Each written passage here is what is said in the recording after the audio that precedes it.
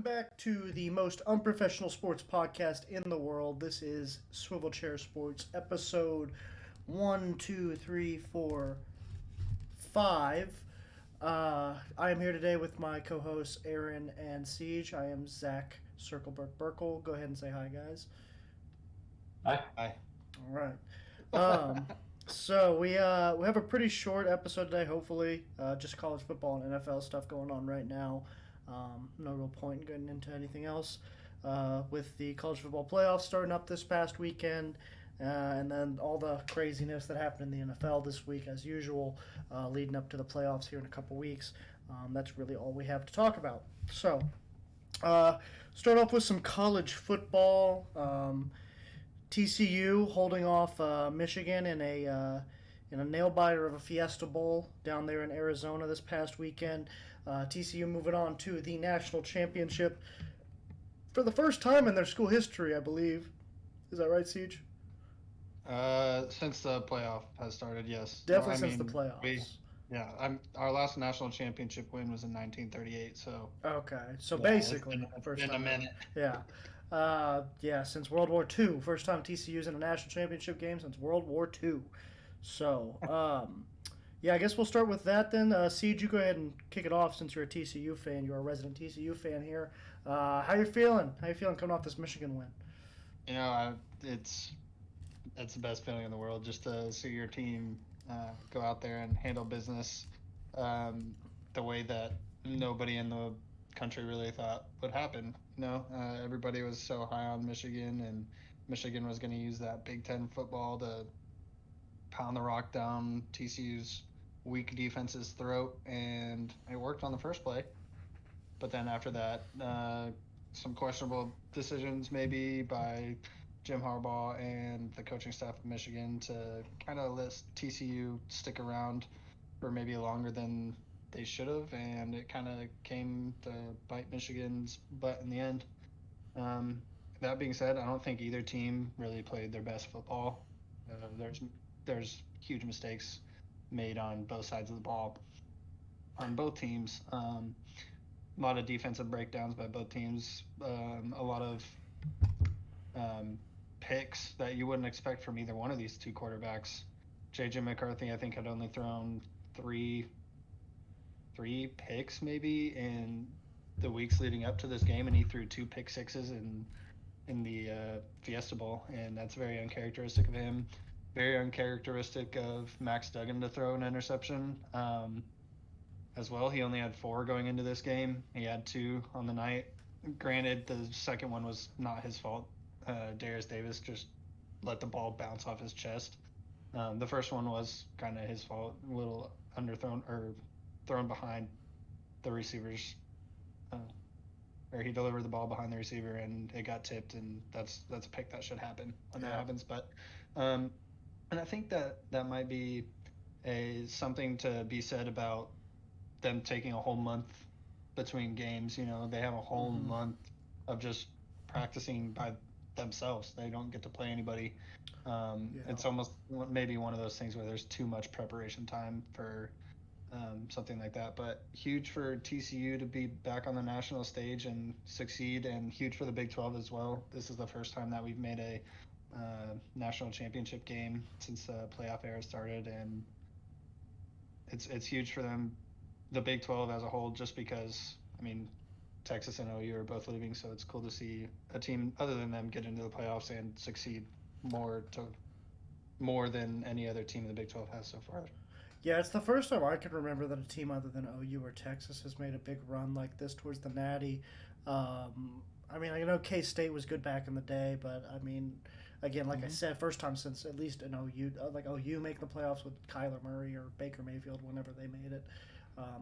It's cool to see a team other than those 2 powerhouse schools make it into the playoffs out of that Big 12 conference, especially with the playoffs being largely dominated by the SEC and the ACC with Clemson and obviously Alabama and Georgia and Florida State one year or whatever.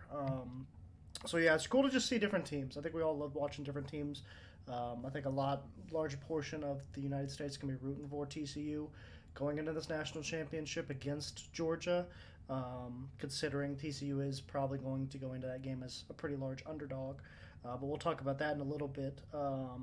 Aaron, I guess my question for you is going to be kind of more on the Michigan side of things.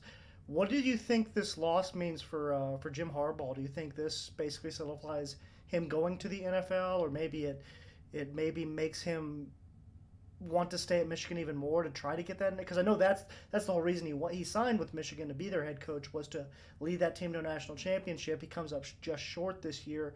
Um, and I know there's been a lot of murmurs recently with Jim Harbaugh maybe taking an NFL job again after being in Michigan for the last like 5 years or however long it's been um, since the 49ers job. But what do you think over there, Aaron? Do you think that makes it even more likely that he hops over? I don't know that that really plays a big factor than losing. I mean, of course every coach wants to bring the school that they go to a national title. I mean, that's the ultimate goal. But Right. I mean, if money comes knocking, money comes knocking. And I think he's going to take it if the deal's good enough. I mean, who knows? He might just want to say, Michigan's my home. I want to stay here. He could pull a Nick Saban. Yeah, yeah. I mean, obviously Nick Saban, he's best known, well, other than his college tenure, but as far as like his NFL career goes, he's best known for taking that job with the Dolphins back in the day, being very unsuccessful there, getting fired, I believe, in his second season or however long he lasted. Very similar to Urban Meyer down in Jacksonville. These legendary college coaches, which Jim Harbaugh is obviously not so much a legendary college coach. He's just a pretty great coach throughout overall in his time in the NFL, now his time in Michigan. But it is interesting to see those successful college coaches try to make that jump to the NFL. It hasn't been successful recently. A lot of the most successful new hires at the NFL coaching position, at an NFL coaching position, has tended to be those really young like OC or DCs who are already in the NFL. Not a lot of head coaches coming up from the college ranks, other than Cliff Kingsbury down in Arizona. That's not going as well as they anticipated. Matt Rule from Baylor, was that where he came from? Baylor. Mm-hmm. Yeah. That obviously blew up in Carolina's face. Um, it's it's not as easy to make the jump from college to the NFL. Maybe the hardest it's ever been in NFL history to make that jump from college to NFL. It seems because the play styles are just so drastically different. The talent is so drastically different. Every team has 5-star recruits at the NFL level, as opposed to when you're coaching Alabama or you're coaching Baylor, you're going to get a few teams every year that it's a bunch of 3-star and lowers, and you're not going to have that talent level. Um, so it'll be interesting to see if he does take that position and whether or not he can show any sort of success. I mean, he had success originally, so it's going to be a much different story than with that Matt Rule or that Cliff Kingsbury hire.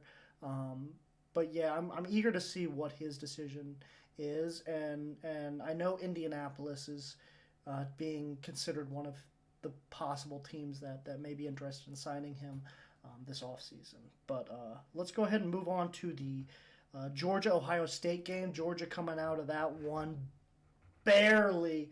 Their defense did make a huge stand there at the end of the game on that last drive, making OSU kick I think it was a 50-plus yard field goal. I know it was over 50 yards. And OSU's kicker just absolutely shanked it off the foot. You knew it was off. So Georgia moving on to the national championship game against TCU after a nail biter of a game. What did you see in that game that maybe Aaron, that you think maybe shows that TCU's got more of a chance than at least like the odds are probably going to show and all that kind of stuff? Do you think Georgia showed a lot of flaws this game, or do you think maybe just OSU just played that well? I mean, I think OSU just played really well. They kind of showed that their powerhouse offense could hold up against a good Georgia defense. Yeah. Um, I mean, Georgia has struggled at times on offense, but they pulled through it when they needed it most, and that's really all that matters at this point. I mean, kind of going back to what I said earlier, and kind of back to the TCU Michigan game. TCU's found a way to win all year. So Yeah, it's yeah, going to come down to this last game if they can figure it out one more time. yeah, And who knows? yeah. No, I mean, you're exactly right. TCU's been the kings of pulling out those close games at the end of at the end. Obviously, they couldn't do it in the Big 12 championship, but they were able to right the ship and pull one out in the Fiesta Bowl this past weekend. So, Siege, as a TCU fan, what's your confidence level going in against this Georgia team after seeing them almost get upset by Ohio State in the first round of the playoffs? I would say it's only my confidence in us having a chance has only gotten better just because I think Georgia um, showed that they can be beat, even Yeah, though they didn't. Even though they didn't at the end of the day lose, they showed that they have some weaknesses in defending the pass. Okay, their defensive front is outstanding. I think we can all agree on that. Their big boys in the trenches are the ultimate big boys in the trenches, unlike Michigan's apparently, even though they won the offensive line of the year or what I forget what the name of it is, but they won that. yeah, Um, and but I think TCU showed people that they can play more physically than they get kind of respect for, uh, and being physical up front, being able to get a few runs here and there to set up the big passing plays that TCU needs to set up in order to have a chance in this game, I think is going to be huge. So if they can run the ball the slightest bit, I think they have a chance just because Georgia showed that they have holes in the defense when it comes to the pass. Georgia's offense, however, I think it matches up about the same as Michigan's offense. It's not gonna stun you. You kind of know hmm what they're about. They want to run the football. If they have to throw the ball to beat you, they will try. And it worked out against Ohio State. Um, but they want to run the football. So I think TCU's game plan going into this Georgia game is about the same as it is for the Michigan game. Yes, Georgia has a more experienced quarterback, but I'm not so certain that Stetson Bennett is necessarily better than JJ McCarthy at the end of the day. yeah. Um, you know, I, but at the end of the day, I'm not going to bet against Max Duggan.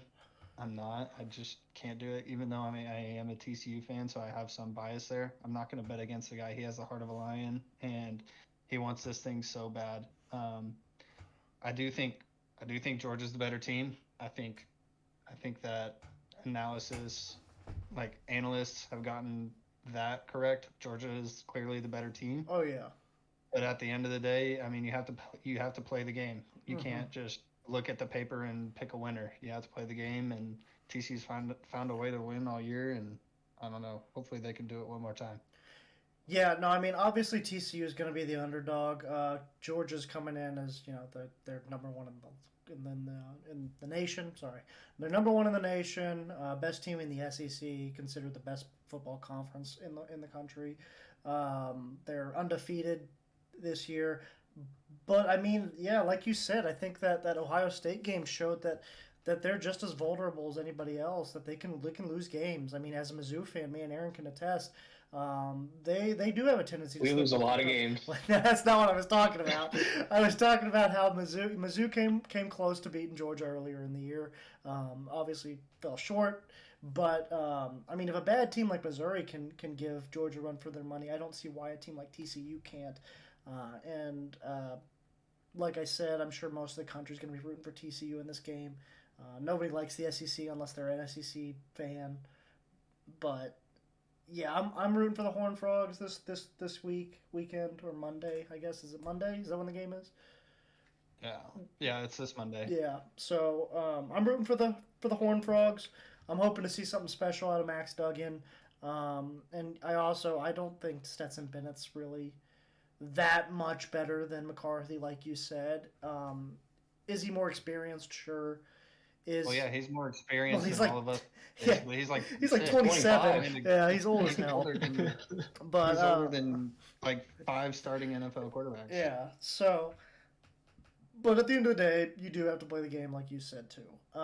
So yeah, I'm hoping for a good game. I'm expecting a good game. I don't think it's going to be a blowout one way or the other. At least I hope not. TCU, um, no matter what the competition they seem to play, always seems to make it interesting. So I'm counting on TCU making it interesting again this week. Um, so I guess with that, we can move on to our college football championship, playoff championship, whatever you want to call it. Predictions. So I'm going to pull up the bracket right here real quick. So as you can see, we got TCU versus Georgia in the championship game. I'll go ahead and do my pick first. I think. Whew, I'm going to go with TCU. I think TCU is going to edge one out by. I think they're going to win a game-winning field goal as time expires after Max Duggan leads the team down into field goal range with no time left on the clock. TCU wins. We'll say.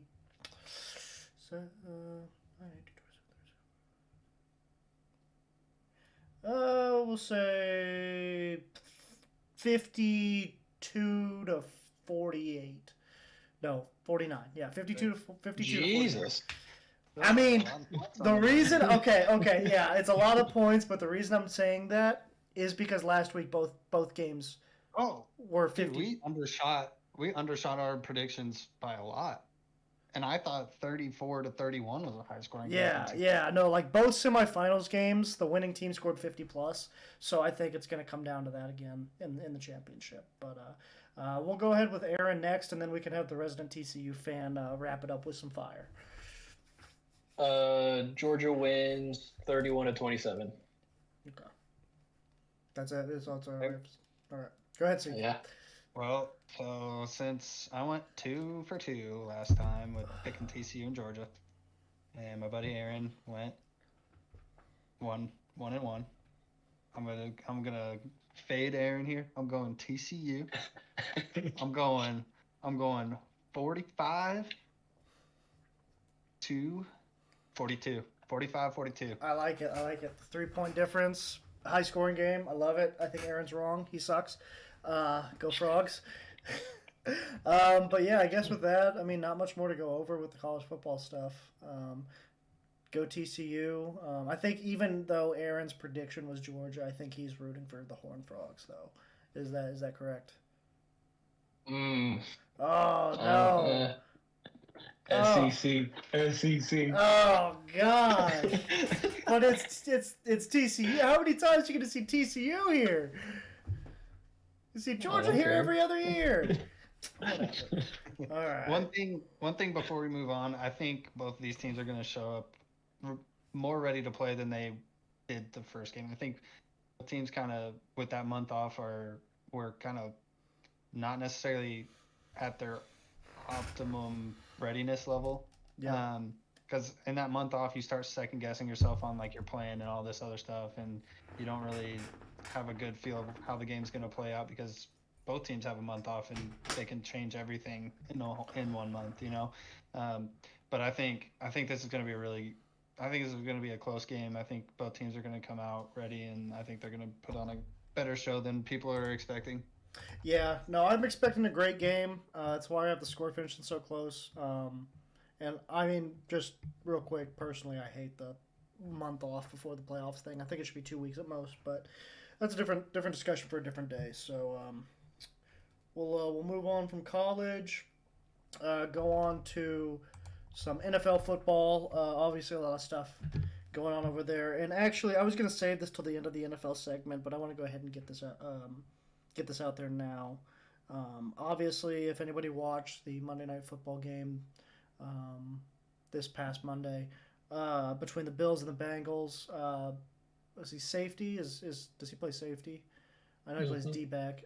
Safety Damar Hamlin for the Buffalo Bills went into cardiac arrest after making a tackle.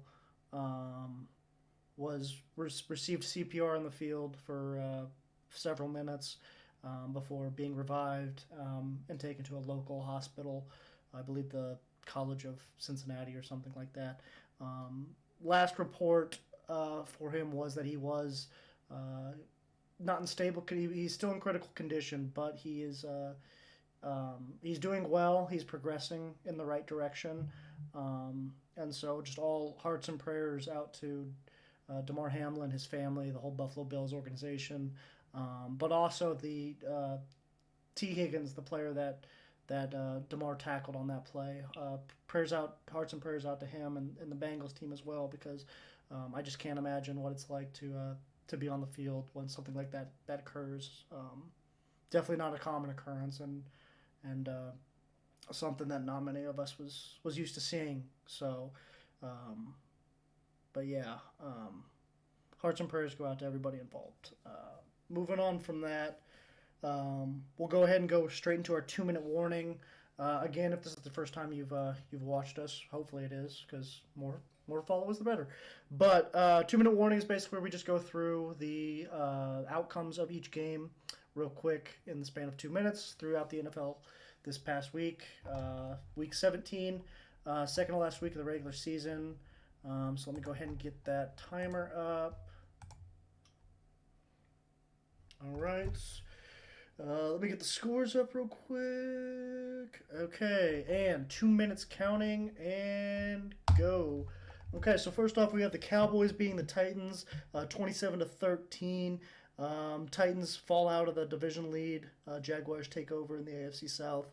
Then we have the Falcons losing to the Cardinals, or beating the Cardinals 20-19.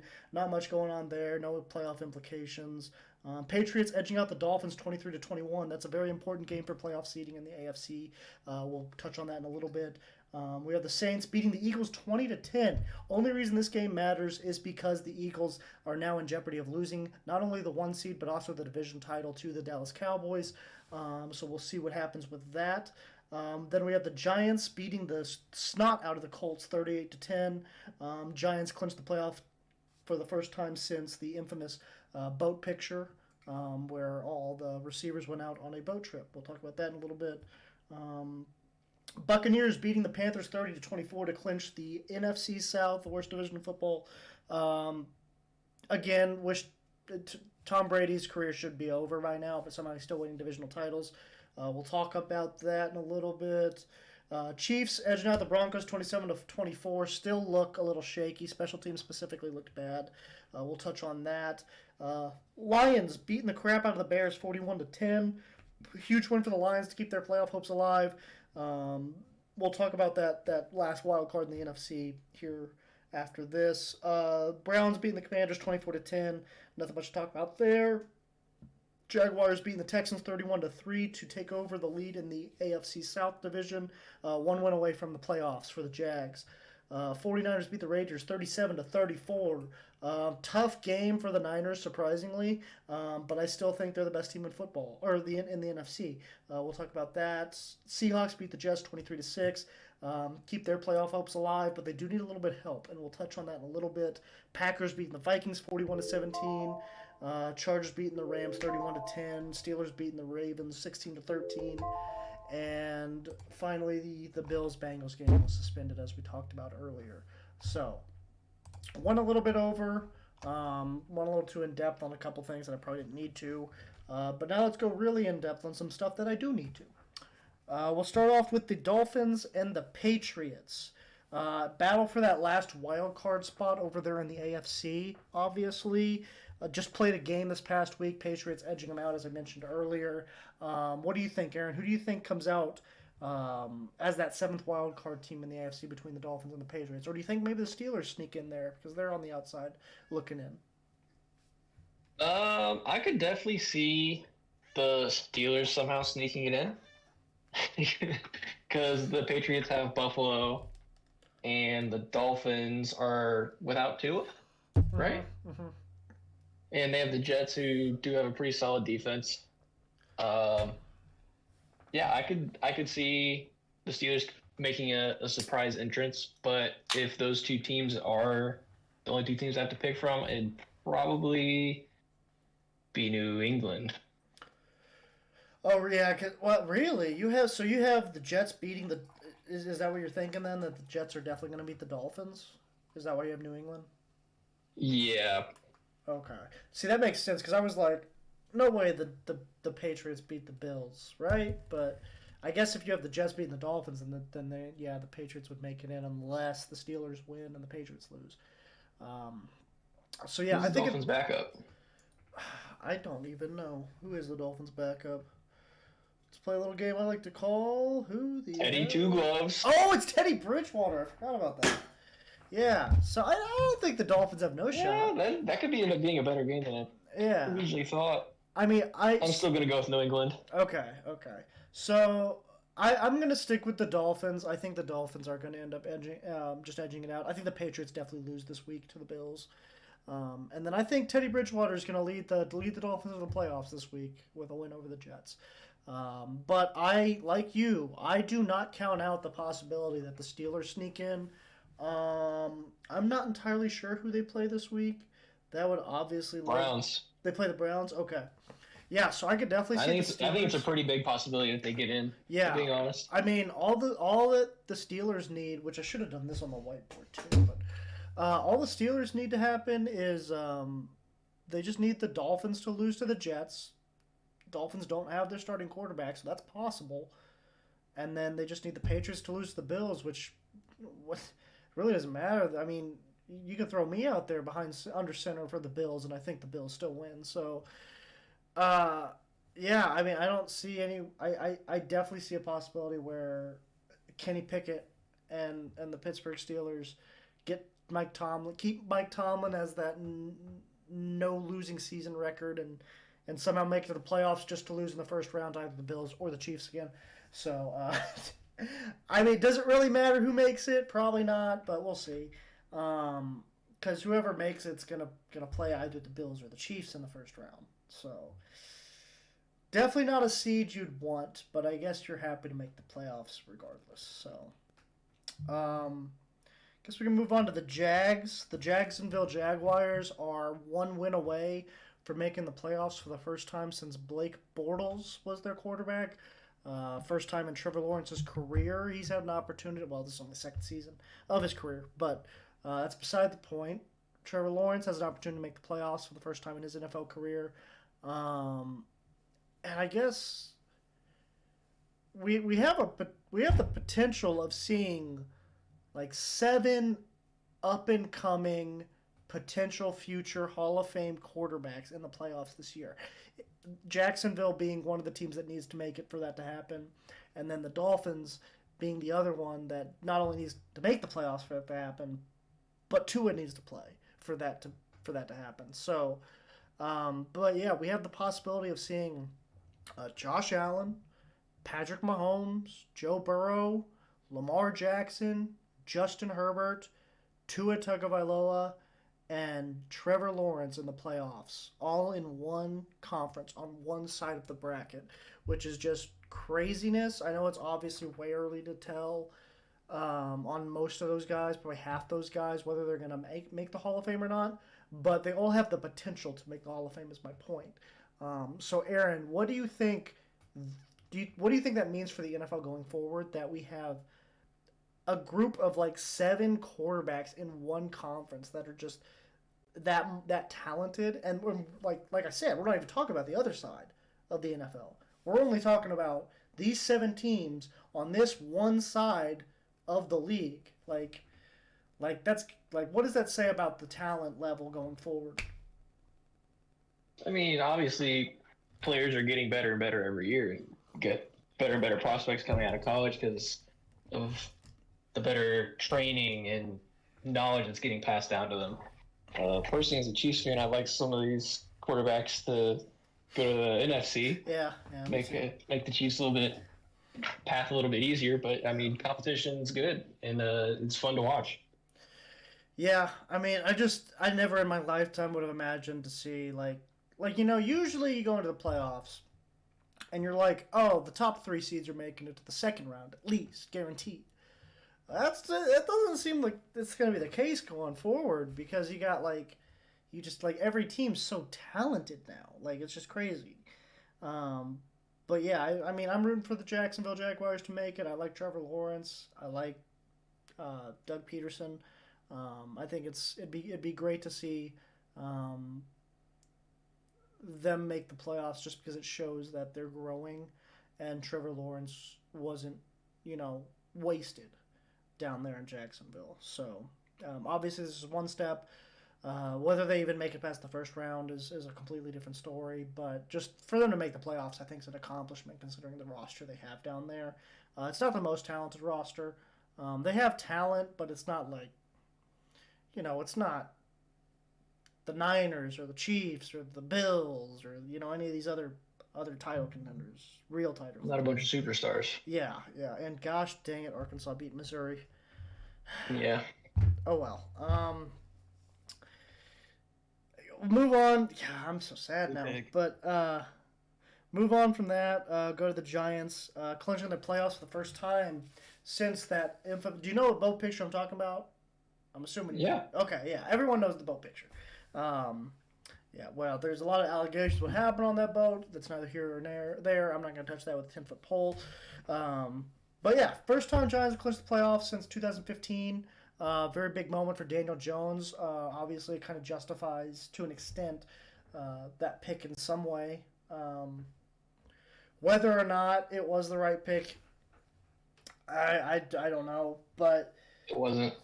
Okay, well, he made the playoffs, so suck it. So, but yeah, by his defense, he was. But he played very well this year. He made strides. Whether or not he's going to be a franchise quarterback, probably not. We'll see. It's still to be determined. But I mean, hell, Joe Flacco won a Super Bowl. Anything's possible. So hey, he was elite for a couple years. Joe Flacco was an elite quarterback. That's right. Yep, absolutely. We had Jacoby Jones. So, what do you think this Do you think this extends the life on the window for Daniel Jones in New York? Do you think this kind of maybe incentivize the Giants to hold on to Daniel as their starter for a little bit longer just to see what happens? Or do you think it's regardless of what them making the playoffs this year, they should start looking for a new franchise guy right now? I mean, I think if you're not one of those few teams that has the guy, then you're always looking. Well, that kind of goes back. I would bet that that kind of goes back to my point, though, is that there's so many teams with that guy now. So who knows? Daniel Jones might be that guy. You don't know. He's not that guy. You don't know that. He's not that guy, pal.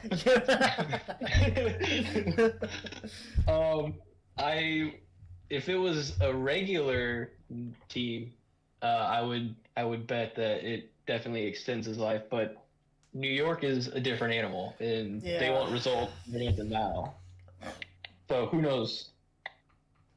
Yeah, I don't know. I mean, and just because this is in division, I wasn't even going to talk about this today, but because I like the guy, I think Taylor Heineke got screwed down in Washington this past like week or two.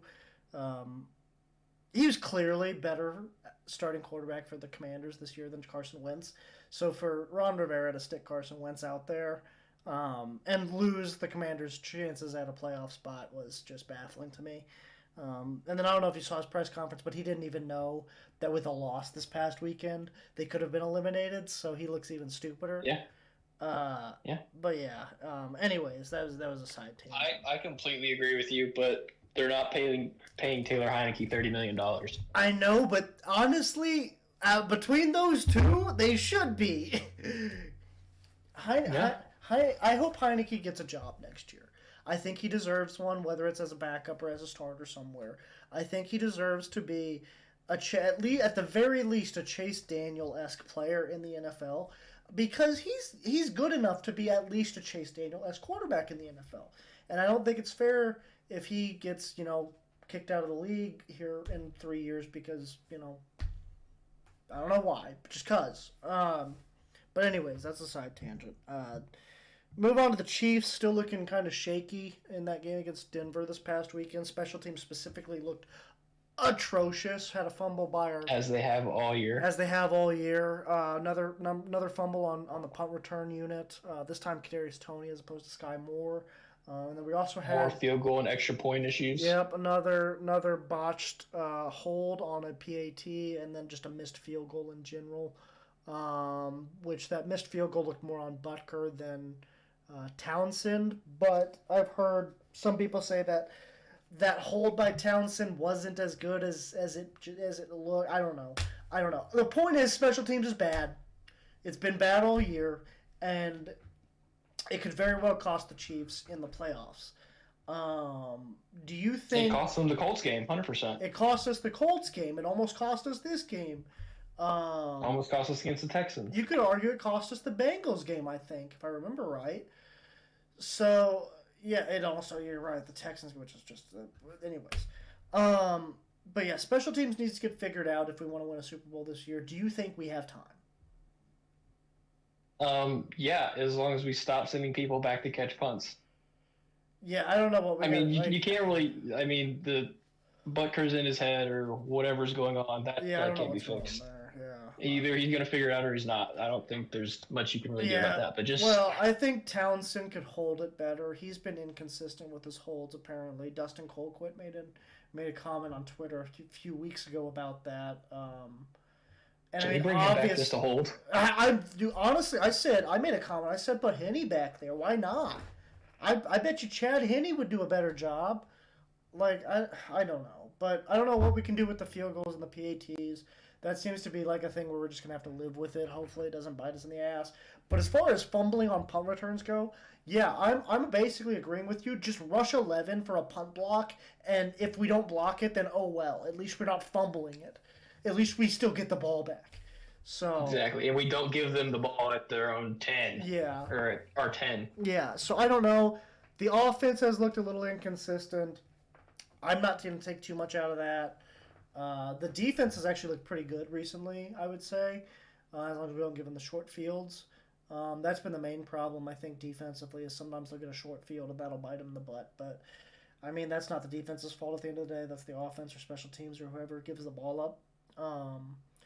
But, yeah, I mean, I think, like I agree. I think we have time to fix it. It's just whether or not we do and whether or not, I don't know.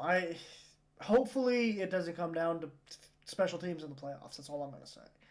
But moving on to the Bucks, the Buccaneers and Tom Brady clinched the NFC South. Tom Brady somehow still hanging on to a career, even though he looked terrible by his standards this year. Obviously not by average NFL standards, but by his standards, he was atrocious this season.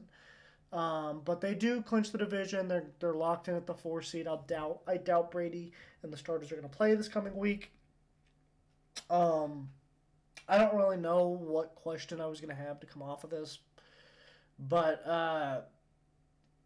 because I think I've already asked you whether you think Brady can make a run, but I guess we'll stick with that. Do you think Brady can make a run at the chip this year, or do you think he's basically just going to lose in the first or second round? I mean, the thing is, if the season were to end today, he would play Dallas in the first round.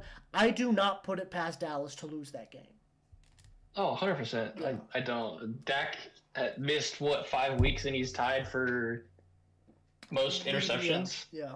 I think Tom Brady's up there too, ironically. But yeah, but, I mean, Tampa does have a good defense, and, Tom's Tom.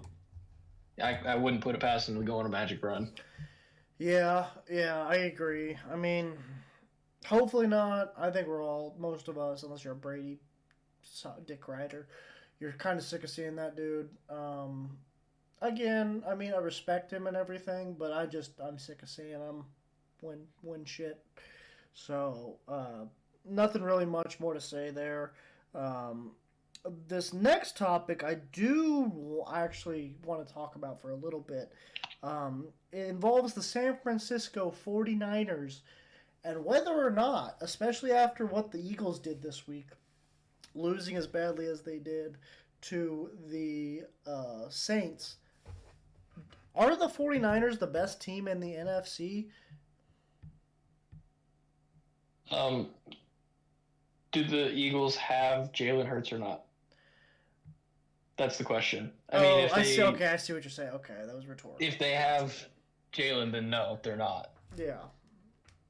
But I guess that's a good point. I mean, Minshew Mania has tried his best. Yeah, he's 0-2 though. Yeah. But he hasn't looked terrible. I still think he's a better backup than Purdy. I think he's a better overall quarterback. He's got more experience. He's seen more. But I think the 49ers defense is far and above the best defense in the league. Yeah, I think that the 49ers as a team is just take away the quarterback. Like, just say quarterback doesn't matter. Look at every position outside of quarterback. The Niners are better than the Eagles. And I don't think it's relatively close, especially if Deebo Samuel comes back. It really could come down to, like you said, whether Jalen Hurts plays or not. If he's able Is to Debo their number one? Debo's their number one receiver, and then they have George. I'd say A.J. Brown's better than Debo Samuel. They might not use him as multi-talented, That's a bold take. as in as many ways, but I think he's a better receiver than Debo Samuel, 100%. Okay, I would disagree, but I'm not gonna disrespect your argument. I have no I have no nothing to really back up my argument. I just think Debo's better. So, but definitely Jalen Hurts would be way better than Brock Purdy. So, but no, I mean, but what about when you look at the other positions? Like Christian McCaffrey's better than Michael or whoever what was the running back? Michael Sanders? Miles Sanders, Michael Sanders, something like that. And then they've got like a Boston Scott still, right? They're kind of two-headed monster over there. But yeah, I think Christian McCaffrey's duality out of the backfield is unmatched in the league. He's a top 3 running back in the league still. George Kittle's top 3 tight end in the league still. And then that defense, like you said, probably the best in the NFL. So I think the Niners have more talent outside the quarterback position than the Eagles do personally. And I do think Minshew's better than Purdy, but I don't think Minshew's as much better than Purdy as the rest of the team is. You know what I mean? Like I think the compensation of the rest of the Niners makes up for makes up for the difference in quarterback talent and some, unless Jalen Hurts plays. So, yeah, go ahead.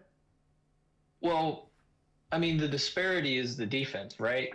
Minshew would be going up against the best defense in the league. Yeah. Well, the Eagles aren't bad defensively, but they're just not the Niners. Well, yeah, exactly. I mean, if you switch them, I mean, we're not really having the same conversation. It's far and above the 49ers win that. Yeah. Yeah, like if you switch quarterbacks, like Minshew's on the Niners. Yeah. Okay, yeah, I see what you're saying.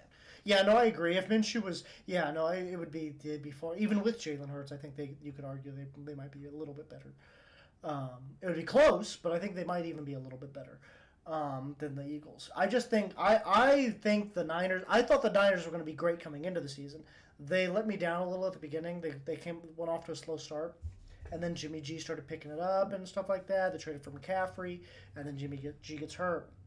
But, I mean, really, ever since Jimmy G got hurt, they have not missed a step. They've looked great. So, I personally think... they haven't had super stiff competition yet, have they? I mean, they've played some decent teams. Ever since... Let's see, when did he get hurt? Did he get hurt in the Bucs game? Brock Purdy's 3-0, right? So, last 3 weeks. Yeah, let me pull up their schedule real quick. Vegas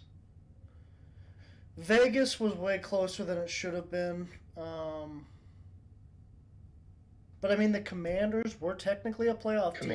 They beat them by 17. The Seahawks are technically a playoff contender. They beat them by 8. But none of them have, out of this world defenses. Not even probably top 15 defenses. That's true. I mean, I don't know. It's. I think that Niners defense is that good. I guess is all I can say. I just think that Niners. I don't think the question is the Niners defense that good? It's can they put points on the board? Well, they've proven they can do that. I mean, it doesn't matter if you hold the other team to 13 points if you can't score. I mean, as I said when Garoppolo first went down, it's gonna playoff defense is different. It's a different animal. Yeah, but the Niners have put up points all year, though. That's my point. Like, they put up 37, they put up 37, they put up 21, which was low for them. They put up 35, 33, 38, 31, 20, or 37, 24. When they had a legit starting quarterback, yeah. Well, they put up 30 plus last 2 weeks with Purdy. Against not stellar defenses. This is my argument. I mean, the Commanders aren't a terrible defense. They're middle of the pack defense. Yeah, I'm not disputing that. I'm just saying they're not stellar. Well, sure, but I wouldn't say the Eagles are a stellar defense. They're like, I would say they're a stellar defense. I would say they're a notch above like the Commanders level. I don't know. I think the Niners are the best team in the NFC. Fight me. I mean, yeah, I'd say probably second best behind the Eagles. A fully healthy Eagles squad. Well, are we saying a fully healthy Niners squad? Even so, yes. Then definitely disagree. But we'll move on to that. We'll move on from that. Question. Go ahead. Who do you think's a better quarterback, Jalen Hurts or Jimmy Garoppolo? Oh, Jalen Hurts. But like I said, I think the Niners team is better than the Eagles, that to where it compensates the difference in quarterback talent and some.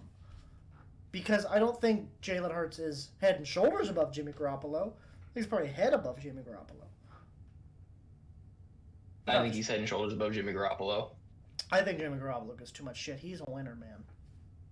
I mean, he's a game manager. He's a winner. Dude wins games. If he was a winner, he'd have won a Super Bowl. The dude wins games. I mean, dude can't stay healthy. How's he going to win a Super Bowl? He can't play a whole season. He played a Super Bowl against the Chiefs, and he had several shots to win it. But he made it there. That's more than most people can say. If he had Christian McCaffrey, I think we lose that game.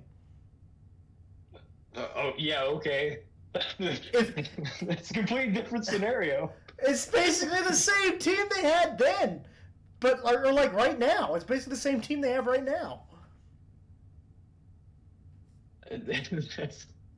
Whatever. Okay. Okay, whatever.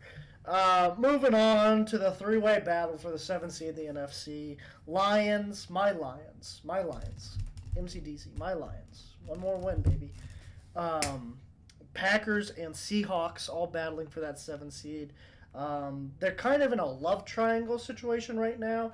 And to help illustrate what needs to happen this next week for each team to make the playoffs, I have this nice whiteboard. Oh, Jesus. So, for Green Bay to make the playoffs... Your cup's in the way. So, for Green Bay to make the playoffs, they're just going to beat Detroit. Because they technically have the tiebreaker over Seattle. But Seattle has the tiebreaker over Detroit. So because it goes by division first, Detroit currently has a tiebreaker over Green Bay. But if Green Bay wins, tiebreaker goes to Green Bay. They then have the tiebreaker over both Detroit and Seattle. So, for Detroit to make the playoffs, they got to not only beat Green Bay, but they also need the Rams to beat Seattle. And so, that is why, Baker Mayfield, I need your help. Please. I had your back when you got traded to the Rams. I thought you were going to lead them to the promised land. You did not. You failed me. So, help me out one more time, buddy. One more time to the road. For my main man, MCDC right here. Help me out, man. But anyways, if my dreams and aspirations get shattered and Seattle makes the playoffs, that would mean that Seattle not only beat the Rams, but Detroit also beat Green Bay. So, Aaron, after seeing my beautiful artwork, my beautiful sketches, what are your opinions? Who do you think is going to make it out of those three? Well, my first opinion is you need a bigger whiteboard. A bigger whiteboard? You have. Yep. To be hey, for your information, my parents got me that for Christmas. So, thank you, Mom and Dad. I think that this game comes down to who wins between Detroit and Green Bay. I think the winner of that game I agree. goes to the playoffs. I agree. Packers have been playing better, a lot better. They're kind of finding their stride later in the season, which is when you want to find it. Yeah. But so is Detroit. Yes, sir, they have. Motor City Miracles, baby. That's what I'm talking about. Woo!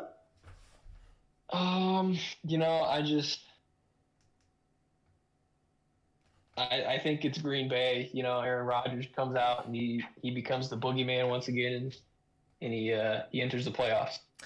Yeah, I know. I'm still going with Detroit. Don't you worry. Don't you worry. My Detroit fans up there, all 0 of you watching right now, because I don't have any, I'm sure. But I'm gonna root for the impossible. I think not only does Detroit and Jared Goff beat Aaron Rodgers, but I also think my main man, Baker Mayfield, helps me out a little bit and beats those pesky Seattle Seahawks for me in order for the Lions to make the playoffs. So let's go Lions. Let's go Seahawks. Or not Seahawks. Fuck the Seahawks. Fuck you, Seattle. Fuck you. Go Rams. That whole Geno Smith support from earlier in the year is out the window. Fuck you, Seattle. Yeah, go Lions, go Rams, and let's make some magic, Detroit. Let's win a Super Bowl. Moving on. We'll kind of tag team these two because they're in the same division, even though they have nothing to do with each other. The Ravens falling to the 6th seed after this weekend. Potentially, actually, yeah, no, we'll split these up because I have a lot to talk about with the Ravens. Ravens falling to the 6th seed. Chargers move up to the 5. Which, may not think's that big of a deal at first glance. However, the difference between being the 5 seed in the AFC and the 6 seed in the AFC is massive. If you're the 5 seed, you're playing either Jacksonville or Tennessee in the first round. But if you're the 6 seed, you're almost guaranteed to play Cincinnati right now. There's a small chance you play the Chiefs, but you're probably playing Cincinnati in the first round. Regardless, you don't want that matchup. But yeah, I guess the only way the Ravens avoid this first round dogfight against probably the Bengals, they have to win and the Chargers have to lose. Is there any chance of that happening this week, Aaron? I don't know exactly who each team, or the Chargers play the Broncos. So I mean, right there, that's going to be difficult to happen. And then the Ravens play, I'm guessing, do they play the Bengals? They play the Bengals? Oh. Mm-hmm. Oh, shit. I think we're going to have a rematch. I think we're going to see Bengals, Ravens 2 straight weeks then. I agree. Because, I wouldn't be surprised if the Bengals win that game and the Ravens lose. I mean, Ravens lose. They're the 6th seed. Chargers win. Ravens are the 6th seed, so both of those are very likely going to happen with the teams that each one is playing. But yeah, I mean, that Lamar injury could end up costing the Ravens their first playoff win since Joe Flacco was under center. Because Lamar Jackson has yet to win a playoff game, if I remember right. Is that correct? Joe Flacco, elite quarterback. He's won one, right? I don't think so. He had that his first couple seasons where he kind of got dogged for not winning one, but didn't he win one? Who'd he beat? I don't know. I don't think he won one. My memory's not as good as yours. I don't think he won one. Now I'm gonna look it up. Baltimore Ravens. I guess I'll just look up their Wikipedia. Oh my gosh, there's such an easier way to do this. Well, then you do it. I don't fucking know what I'm doing. That's good. He's 1-3. He's 1-3. Who'd he beat? Did he beat the Chargers? Click on the site. Probably bet. Beat Tennessee. Oh, he did? Oh. Yeah, 2021. Oh. So he just did that. Yeah. Okay. Well, I was mistaken, but still not a great playoff record, and it could be 1-4 after this season. So, yeah, I don't know, Aaron. What are your thoughts on the Ravens possibly falling down to the 6 and having to play Cincy? I mean, it all comes down to when is Lamar back? Yeah. Is he going to be back for the playoffs? I mean, I know he's kind of been questionable for the last few weeks. I would assume they're saving him for the playoffs. I would hope so. And if he's in, it completely changes everything. He's such a dynamic player. Yeah, it's a dogfight. Yeah, I mean it's a tough draw for the first round, but I mean it is what it is. Yeah. Yeah, and I mean I guess we kind of already touched on this earlier, but the Steelers potentially making the playoffs this year. Yeah, I guess we kind of roped that in with the Dolphins Patriots talk, but yeah, if that wasn't clear earlier, for the Steelers to make the playoffs, they would not only need to win, but would also need both Miami and New England to lose. So, big uphill battle for the Steelers to make the playoffs, but it is still possible. Their win this past week with the Kenny Pickett game winner, or was it a game winner, or was it just to get him in field goal range? Whatever. Regardless, I don't know. For him to set him up to win there late in the game was huge. Saved the Steelers season and Mike Tomlin's shot at never having a below 500 season. So good for them. I guess we can move on to the NFL playoff picture now. Obviously, not many teams left in it, but there are still a couple that could sneak in this last week of the year. So, as of now, we have Chiefs technically are the 1 seed in the AFC right now until they figure out what they want to do with that Bills-Bengals game. Bills are 2 because of that. Bengals 3 still. Really no way for the Bengals to move out of that 3 spot. So they're probably stuck in there. It would take a lot, so much that it probably wouldn't happen for the Bengals to move out of that. Not only would they need to reschedule this Bills-Bengals game, but they would also have to hold on and win that, as well as win their Week 18 game, and the Chiefs would have to lose to the Raiders. So a lot would have to happen for the Bengals to move up. That's probably not happening. Jaguars, as I said earlier, moved into that 4 seed, taking the lead in the AFC South division. Chargers, Ravens, Patriots, all currently the wild card teams as of now, with the Dolphins on the outside looking in, and the Steelers just out there as well. And the Titans, only way they can make the playoffs would be if they win this week and against Jacksonville. Yeah, they play Jacksonville. So winner of this game this week between Jacksonville and Tennessee wins the AFC South and will be the 4 seed. The other team will be eliminated. Will be a winner-go-home game. This Saturday between those two on Saturday Night Football or whatever the fuck they call that.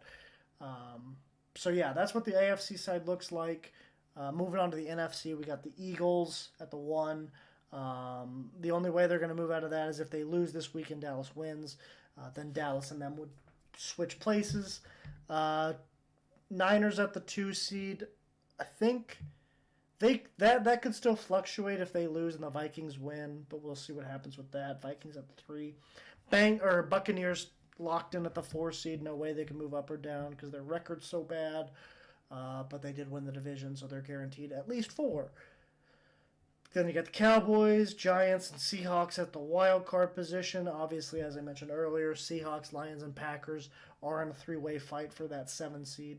But that kind of does it for the NFC side of the playoffs and the whole playoff picture in general. Anything to add, Aaron? Anything that maybe sticks out to you or crazy predictions you have? Really anything. Go ahead. I mean, no really crazy predictions. The big question on everybody's mind is what's going to happen with that Bills-Bengals game. And I don't think anybody really knows. I mean, we were kind of talking before the show at the possibilities. They could push the playoffs back a week so that there would be a game on Pro Bowl weekend. Mm-hmm. But then, I mean, it kind of comes down to the Bills are screwed no matter what. Yeah. Because if they get the 1 seed, then everybody else gets a bye because they push the playoffs back. Yeah. Or they can end up with no bye, and everybody else has a bye. It's just kind of a mess. Yeah. So obviously, the first main focus on what this past Monday is the DeMar Hamlin situation and what goes on with that. But as a direct cause of the game being suspended, the Bills are definitely they have an uphill battle now because, like you said, they were losing when that game got suspended, so there's no conceivable way they can just hand the Bills the win there. The only thing they can do is if they want to just not play the game at all, it's either going to be a tie, a no contest, so which basically those two scenarios will work out the same.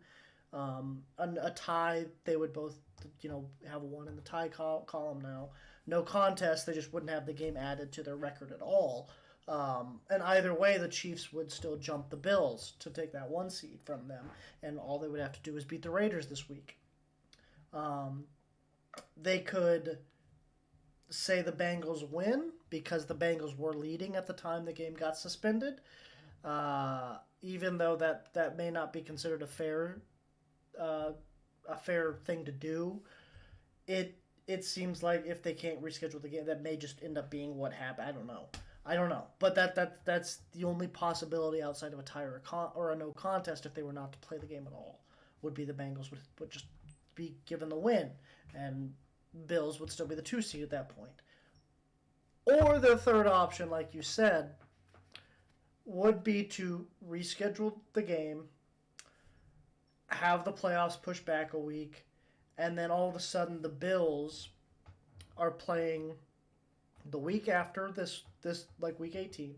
So they would play essentially week 19 while week 18 and a half. Yeah, week 18 and a half while the rest of the NFL is resting and gets a bye week. So the rest of the NFL gets a bye week while the Bills are playing. Let's say the Bills win. So they get their bye in the first round of the playoffs. Well, the Chiefs got their 1 week off before playing in the playoffs. The Bills are only going to get 1 week off before playing in the playoffs. So that kind of negates the point of the 1 seed. And if you do it any other, so I don't, and if they lose, obviously they wouldn't get the bye at all, and they would be forced to play back-to-back weeks like they would have in the first place. But now they're playing a team who's coming off a bye, or I guess not because it's the Bengals. So they would, or no, they wouldn't. Yeah, they'd be playing the Patriots or the Dolphins or whoever the hell the 7 seed is. So they would in lieu play a team coming off a bye, even though they're the 2 seed, and that's not fair. So I don't know what they're going to do. The Bills seem like they're probably going to be boned regardless of what happens, unfortunately. It sucks for them, but I mean, I can't really see any other option outside of it other than those 3. So I don't know. I guess we'll just have to wait and see, and whatever the NFL goes with is what we'll accept. I mean, there's really nothing else we can do. So I guess that'll do it. Unless either you guys have anything else you want to add before we wrap this up? No. I do want to ask you how it was watching Oklahoma City score 150 points on your Boston Celtics while you were at the game. Yeah, so I went to the Oklahoma City Thunder Boston Celtics game this week on Tuesday. My girlfriend's cousin got us the tickets. They were really good tickets, by the way. Center court, like row 200, so it was like right in the middle of the stadium. It was a great view of watching us get her dicks kicked in. So yeah, With no shade. Yeah, with no Shea Gilgeous-Alexander, so that was even better. I walk in there, my girlfriend took a jersey out of my closet. I'm wearing my Celtics jersey. You know, we're up there. There's a good amount of Celtics fans at this game, too. We travel when we're good. Unfortunately, last night we were not good. So we traveled for no reason. But get there, and I mean, first half, dumpster fire. We're down like 20 something at half.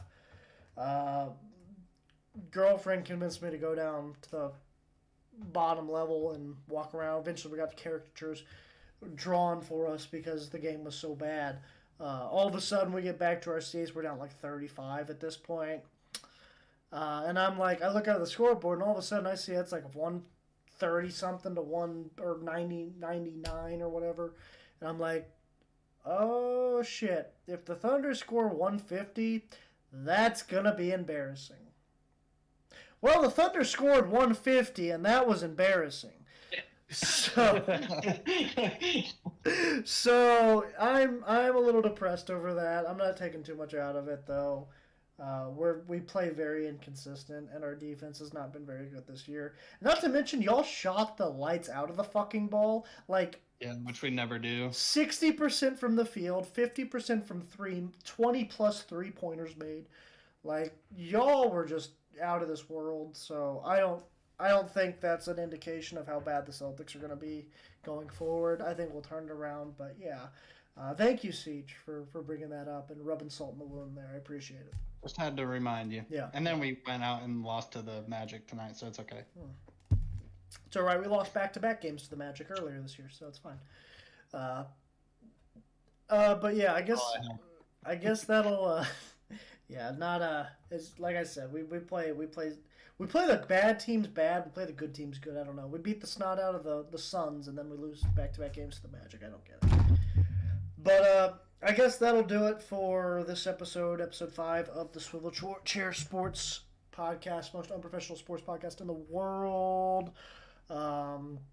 Please, if you made it this far in the video, make sure to like and subscribe. We're on our way to 11 subscribers. We're at 10, so we're looking for that one. You could be the one. Are you the one? Be the one. Like and subscribe. You can follow us on Twitter, Instagram, TikTok. We post some stuff on there sometimes. I try to at least once a week. Sometimes I do, sometimes I don't. We've been taking a couple weeks off, so trying to get back into the swing of things here for 2023 as we try to get this podcast off the ground and see what happens. So your support is much appreciated. We hope to continue to make these throughout the year. Obviously, we didn't start till the end of 2022, but I'd like to say it was a good start, and here's to a prosperous 2023. And who knows? Maybe by this time next year, we're big, famous, and make a We'll lot have of 12 money. subscribers. Yeah, 12. Yeah, 12 subscribers. There you go. Yeah, maybe we'll have 12 subscribers by this time next year. I don't know. That'd be a goal. Again, thank you anybody who was watching. Have a blessed day. And again, prayers out to DeMar Hamlin and his family and everybody involved after that horrible incident that occurred this past Monday. But other than that, that's all I have. I guess we'll be signing off. See you guys.